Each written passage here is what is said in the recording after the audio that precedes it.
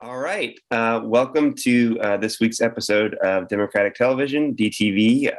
We're a program that airs on community television here in Knoxville to let folks know about what's going on around the city in our part of East Tennessee. And so this week, I've got District 1 Board of Education candidate Breyauna Holloway with me to talk about her candidacy for school board. This is the first year that these races have been partisan, and it's the first time you'd ever have to declare a party, and now you're running as an independent. So I was just curious what your thoughts are about this being partisan and why you chose to run as independent. I'm kind of on the fence about the races being partisan. I know they wanted people, I guess, who were more outside of that PTA mom realm, which is why they did it. But I'm kind of cool with it because I fit into kind of both places. I am that PTA mom, and then I'm very politically and socially active. So, I'm winning either way. I'm running as an independent, even though I typically vote Democratic. It's because the Knox County Democratic Party was already backing another candidate. And I just didn't want to just step out first under the helm of a political party. Since this is the first time that the races will be done that way, I'm just going to kind of stay middle of the road and just try to grab, supporting voters on both sides.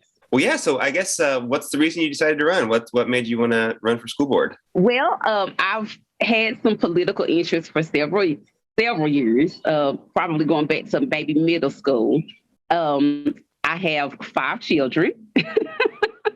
It's 4 of them are Knox County students. And then I will have my youngest, she will be a Knox County student in about 2 years. She'll be starting preschool in 2023. So I have a long-term vested interest in what happens with Knox County schools, considering I started completely over with having my kids. Yep. There's just been a lot of things, especially in the last year that happened, especially concerning Austin East.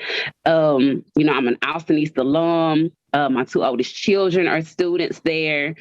Austin East is a real, true community school, and the way that things are being handled as far as law enforcement, security, I didn't like the way that those things are being handled by our current representative and other people in place. And while that has kind of quelled down the violence, thank goodness, there's still some issues that are going on right now. There's a teacher shortage, a lot of the core classes that these kids need in order to graduate and take some of those requisite classes when they choose to go to college. There's teachers missing for the entire semester. And, I just want to do something, I guess, to quote the former councilman, Danny Mayfield, he may just be crazy enough to think he can make a change. And I think I may be just as lunified as he is. That's great. I mean, someone's got to do it, right? So why not? Somebody's got to do it. Absolutely. I think it's important that we go back to what is actually true representation. Going back to your first question about, this race being so politicized, I think, we need to have somebody who's just not politically savvy, but somebody who actually, knows these kids, knows the teachers, knows the coaches, knows the staff, and can, still has that, articulation and ability to get up there and actually advocate for them. Somebody whose household is actually being affected by the decision making, and that's definitely me. So how do you feel about, I know, the governor is kind of revamping the education formula that funds the schools. So what are your thoughts on, the budgeting concerns you have and like what the needs are and kind of the deficiencies that you see? I'm really thankful for our district state reps being really active on social media because I've really been keeping up with what they've been saying and what the governor is doing in the Senate and the House out of Nashville. So I know that they're kind of trying to shift some of that funding over to charter schools. And there's a charter school, right up the hill from where I live, which is also, literally within walking distance of an elementary school here, which is, considered a community school. So, in the first district, these schools are already underfunded. And I know that, the teachers feel like they're underpaid for the job that they do. And I can certainly relate to that. And I've never taught, but, I have been in some, in some positions where, I was doing way more than I thought the job description said, and definitely wasn't getting paid for the work I was doing. I don't want to see tax dollars go to charter schools.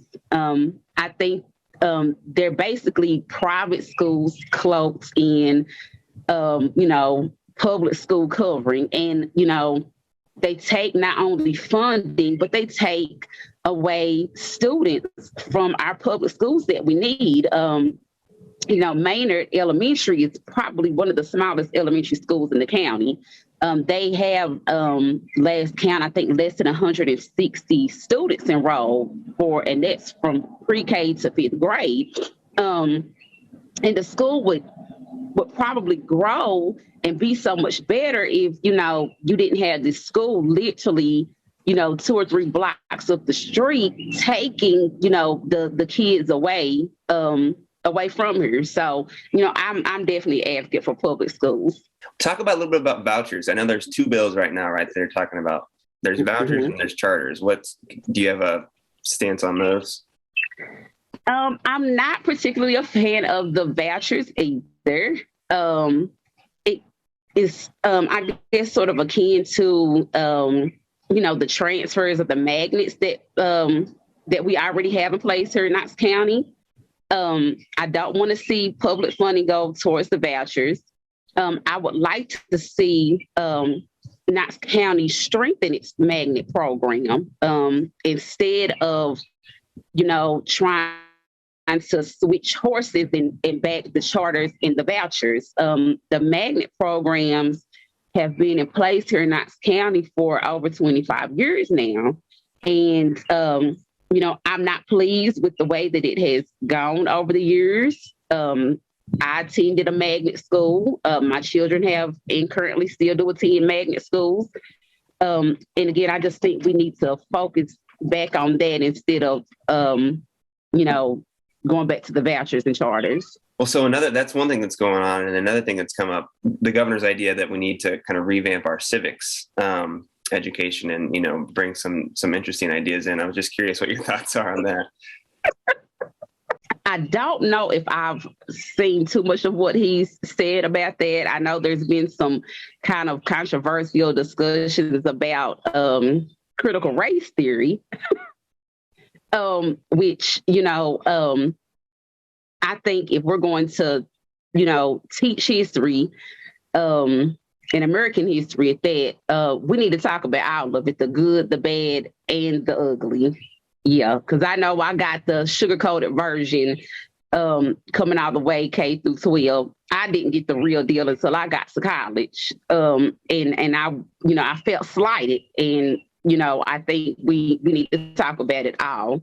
Well, I know another thing, that the school board is kind of discussing right now is kind of an official statement on, equity and like the need for equity through education. I was just curious what your thoughts were on that, and if you think some sort of official, statement or policy on that is a good idea or needed or. Absolutely. I think, people sort of interchange equity and equality. And there is a difference between the two. And kind of going back to what I said about the schools in my district being underfunded, maybe not having I don't want to say the best teachers because I don't think there's anything wrong with the teachers that are in the schools. They're all qualified. But there needs to be something to make sure that everything is spread out equally amongst the schools who, are in certain areas where the property taxes, may not be as much as they are in other areas, or where, the PTAs are not as strong. The donors, aren't able to contribute as much. There's, economic deserts, and, they're just not able to help out. And so I do think that, there needs to be some concrete talks on equity here with Knox County schools. Another thing that, I think is interesting, you touched on a little bit, is the need, like we need more teachers, right? Like how can we bring more teachers in? How do we make sure that we retain them and make sure they have the support they need? Like what can you do as a board member to kind of address those issues? Going back to the issues that were going on at Austin East last year, I know there was a lot of talk about, mental health, especially for the students, which was definitely needed. And I think it's still needed. I think they're still dealing with a lot. But I think that a lot of the teachers and the staff were overlooked because they were there. They knew these kids as well. And they were traumatized. And, I know they were traumatized because I would see them at, these kids' funerals, and they're crying. And, they take that home with them. And I know that they have insurance, which probably covers some sort of, counseling. But I think that service should be offered to them for free, especially when tragic incidents like that happen. I spoke up at a PTA meeting at Austin East a couple of months ago asking, who did I or we as a PTA as a whole needs to get in contact with to figure out, why we didn't have math teachers and Spanish teachers at the school. And, I really wasn't given a clear answer on who to take that issue with. Was it the board? Was it someone else at central office? Or did we as a PTA need to just go out ourselves and just start recruiting?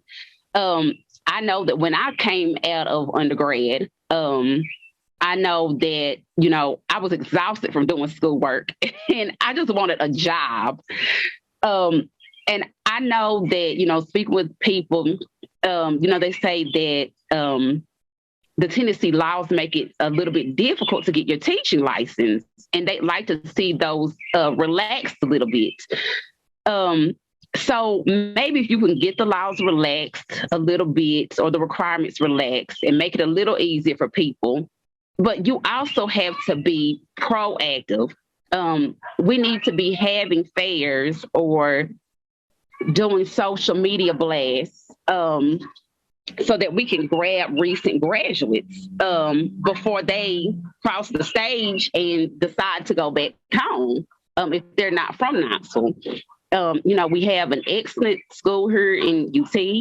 We also have Pellissippi right here in Knoxville. You could grab teachers' aides from the community colleges here in Knoxville and surrounding counties. I think we need to do a regional push, especially HBCUs. The Southeast is very heavy with HBCUs. And, I'm sure, like I said, when you graduate, you're just looking for a paycheck. You're tired of books and, you're looking for a paycheck. And I don't think that, they're being, the teachers are being recruited hard enough. And you touched on this, and I know you're right in the heart of it. The tragedies that have happened in the last couple of years at, in Austin East and in East Knoxville. And how do you see, what do you think could be some of the solutions to that? How do you feel the role of, SROs and that sort of thing? Like what are some of the things you think that could be maybe done to try to mitigate some of that violence and those tragedies from happening?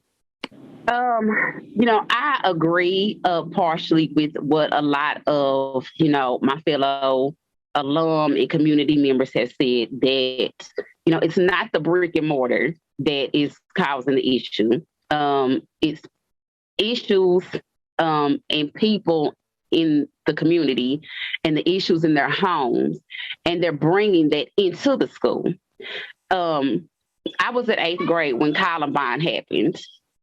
So I completely understand why law enforcement was pushed to be in every school.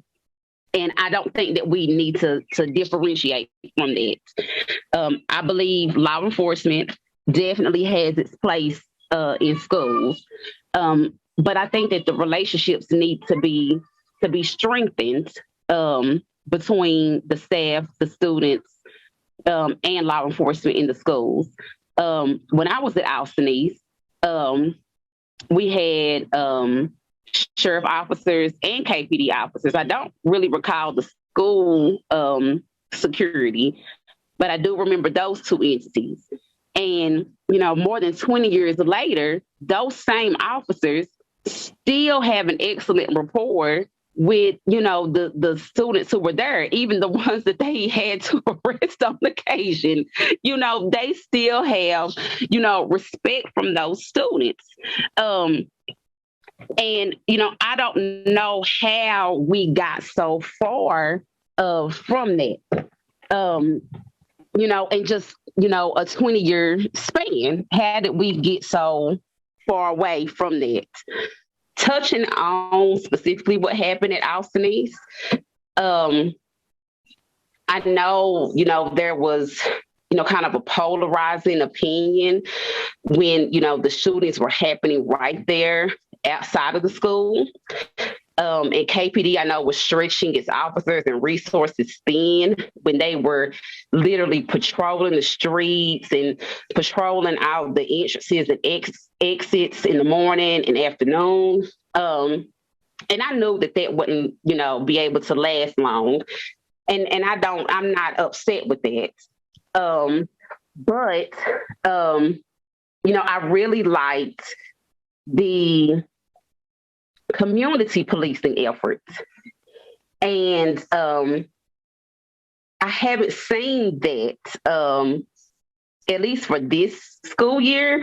I haven't seen those same groups out, making sure that the kids get home safely and just trying to keep an eye, So I would like to see that brought back. And I'd also like to see those community groups partner with law enforcement. I think that would be an excellent way to help bridge this tension and animosity and frankly, just a misunderstanding of what's going on between our students, our community, and law enforcement. And something else you touched on briefly, I think it's very true that, like mental health and a lot of these events are traumatic, for the students and the teachers and the community. So I'm wondering, what kind of role you see and what the needs are as far as more mental health care and counseling and that sorts of thing. And if you think there's enough of that, if there needs to be more, and like how that can be kind of addressed. I think there needs to be maybe a different tactic to it. I know that the mental health was offered to the students last year when this was going on. And I do know, some of the counselors who offered help have ties to Alstonese. I know specifically one of my classmates is a licensed counselor, if his title isn't greater than that. And I know he offered help, but the students weren't taking it. I know that there's this stigma in the Black community that, we don't need to go to counseling, and that, what happens in my house stays in my house. Like, don't go tell anybody. And we've been kind of conditioned to just pray through things rather than seek professional help and possibly treatment through medication. And so because of that, I think, as I said, instead of maybe doing one-on-one counseling, maybe, group therapy, where you have some sessions with, just students, and then maybe you bring in, the teachers and the students together. maybe start in small groups and then maybe just have, I don't know, how organized or controlled they would be able to keep it, but maybe do, school-wide counseling sessions or grade level, maybe a little better than just doing the whole entire school. That is a bit much, but and then based on that, I think once people get more comfortable, speaking out that way, then the ones who possibly need a little more help may be a little more willing to reach out to someone and get that, that one-on-one intense, therapy that they may need. Well, you touched on something I didn't necessarily have in my list here, but I think it's very relevant. And we know the city is searching for a new police chief right now. And I think, at least I think it probably has a lot of impact on the school. And I'm just curious how you think that search is going, like what you'd like to see in a candidate, and maybe how that position is going to impact the schools, that you would be overseeing if you get elected. I don't think that there is enough transparency in the search right now. I know some things have to be kept confidential, but, I would at least like to know, at least how many people have applied for the job. I don't think that number has been released. I'd like to know how diversified the pool is, how many men and women, Black, white, Hispanic. And then I'd also like to know, yes, baby, here. I'd also like to know how many KPD candidates or officers, applied, and how many are coming from the outside. I'm a member of the city's neighborhood advisory council, and we had a meeting with Mayor Kincannon and Charles Lomax, who's the director of the community empowerment department. And we kind of gave our opinions on what we'd like to see in the new police chief. And again, going back to what I said earlier, I had one particular person in mind for the job. I know, there's a lot of talk about diversity and inclusion, but, in this particular instance, I just think that a white man is the perfect person for the job. He just really is. And I don't want to say his name. I don't want to be out of line, but he has military experience. He has the education. He has a bachelor's and a master's. He's from Knoxville. He has, been a school resource officer. Again, he has excellent rapport here in the community.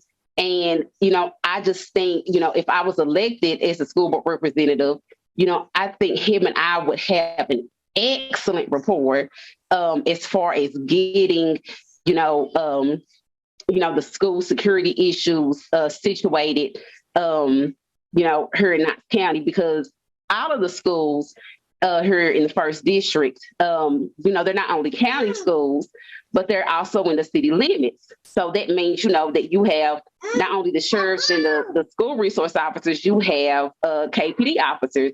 And, I would just love to see him in that role and be able to get the chance to work with him and just really get this, situation straightened out.